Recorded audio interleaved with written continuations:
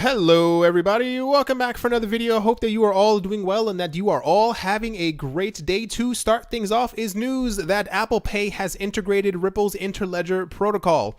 According to the announcement, the update will be rolled out via the Safari browser using both Mac OS 11.1 and iOS 11.1. These are the operating systems for Mac computers and iPhones respectively. The Interledger integration hints at the possibility of Apple Pay accepting cryptocurrencies in the near future. If this were to happen, it would mean that users of Apple Pay will be able to use cryptocurrencies for regular purchases in the near future. And because of what the Interledger protocol actually is, this means that Interledger can even be used by banks and other payment settlement solution providers. It allows for different back-end systems to communicate with each other in that manner. There was a lot of hinting for a while that Ripple may possibly be working in some way with Apple, and it seems that we have clarification that this actually was the case. Ripple up to this point has said that they are not going to be releasing any more information or any extra news about partnerships until they have 200 banks under their belt. And last time that we heard from them about a month ago, they had around 150 plus. So good job, Ripple. Next up, Binance has announced that they have actually burned 2 million of their Binance coin. Binance announced that as per their white paper declaration, they burnt $30 million worth of Binance tokens yesterday.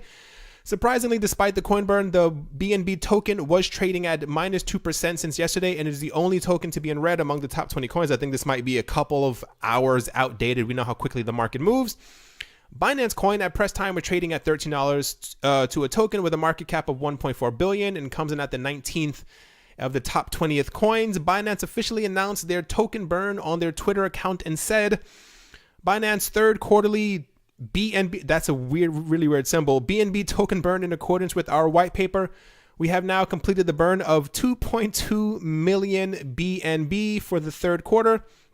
So generally what ends up happening is that when someone says that they're going to have a coin burn or activate a coin burn, the value of the coin tends to shoot up in a certain way because there's less of it rolling around. Imagine if they had burned $20 million or whatever worth of Bitcoin. So according to Binance's white paper, they will burn up to 50% of the total supply of BNB.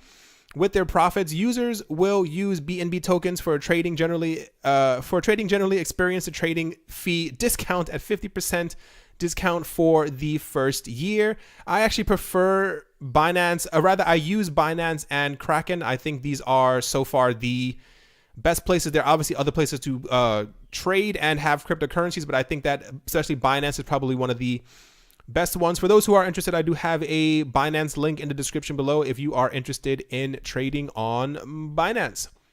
Next up, someone by the name of Brian Kelly says that he believes that this technology that we call cryptocurrency is going to be one of the largest things in the entire world. Kelly is the founder and CEO of BKCM LLC, which is an investment firm focused on digital currencies, as well as being the portfolio manager of BKCM Digital Asset Fund. He's also the author of a book, so you can probably guess about cryptocurrencies where his overall sentiment is. He pretty much said, we're in the early stage of tech at this point.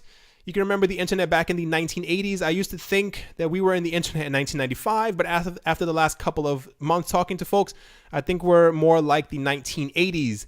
I think this technology is going to work. It's going to be a game changing. But it's very early days, so we can have this massive volatility. This is what a lot of people have said. They think that we are still in the very beginning of it. A lot of people have said that they thought we were around 1993, 94, when everyone first got their home computer and everyone was really excited about what was going on. But now he says he thinks we're still in the 80s, which is a good indication that there's still a lot of room left for this market to grow. He also has said, like I have mentioned in other videos, he said he believes, I'll say it this way. He says, I think this is for real. We'll know presumably after April 17th if we can hold these gains. We'll know how much this tax selling impacted the market. If you use Tom Lee's work, we probably had around $500 to $600 billion come off the market for tax purposes, and we've had this since December, which makes a lot of sense because as tax season starts to roll around, people get worried and they go, okay, I'd rather sell my crypto and be able to give that to the government as opposed to anything else. He said we should be there. It looks like we've bottomed here. There definitely doesn't seem to be a change in the sentiment around it. I heard this a couple days ago from someone else as well. They said by 17th or 18th, if we continue to have nice amount of gains in the market and everything continues to go up, this would be a very strong indication that money is going to start flowing back in, because people will have put in their tax forms and everyone is like, at that point, okay, let's go make some more money.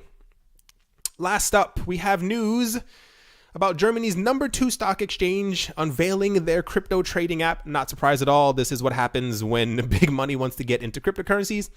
The fintech arm of Germany's second largest stock exchange is set to launch a cryptocurrency trading app later this year. SOA Labs, they're a subsidiary of Börse Stuttgart, unveiled the app on Friday, which it said would be available for use in September and will initially offer trading support for Bitcoin, Ether, XRP, and Litecoin. These are always the 4 coins that everyone pushes out. According to the app's official website, more assets are coming soon. The app, called Bison, will be free to download and, according to its developers, won't charge trading fees at launch. A prototype of the app is being demoed during a trade show in Stuttgart this week. Bison makes trading in digital currencies easy. It is the first crypto app in the world to have a traditional stock market behind us. Uli Spanowski, who's from SOA Labs, managing director, said in a statement, "So I am not paid by these people. This is not a endorsement in any way, shape, or form." I just think things like this are very important to pay attention to, especially if you are living in Germany, to be able to have an easier way to trade cryptocurrencies, especially if there's 0 fees or whatever the case might be. But like I always say, pay attention to all this news that is coming out. The market tends to have a jumping effect sometime around September. This is when we see also a huge bounce in prices. Things start to go back up. So it kind of makes sense that they would want to launch this around September, when it's probably more profitable for them to launch this. All right, everyone, that is definitely going to do it for this video. I hope you're all having a great day. Hope you guys enjoyed. Hope you guys got something from it. Thank you once again for your support, and I will talk to you all soon. See you.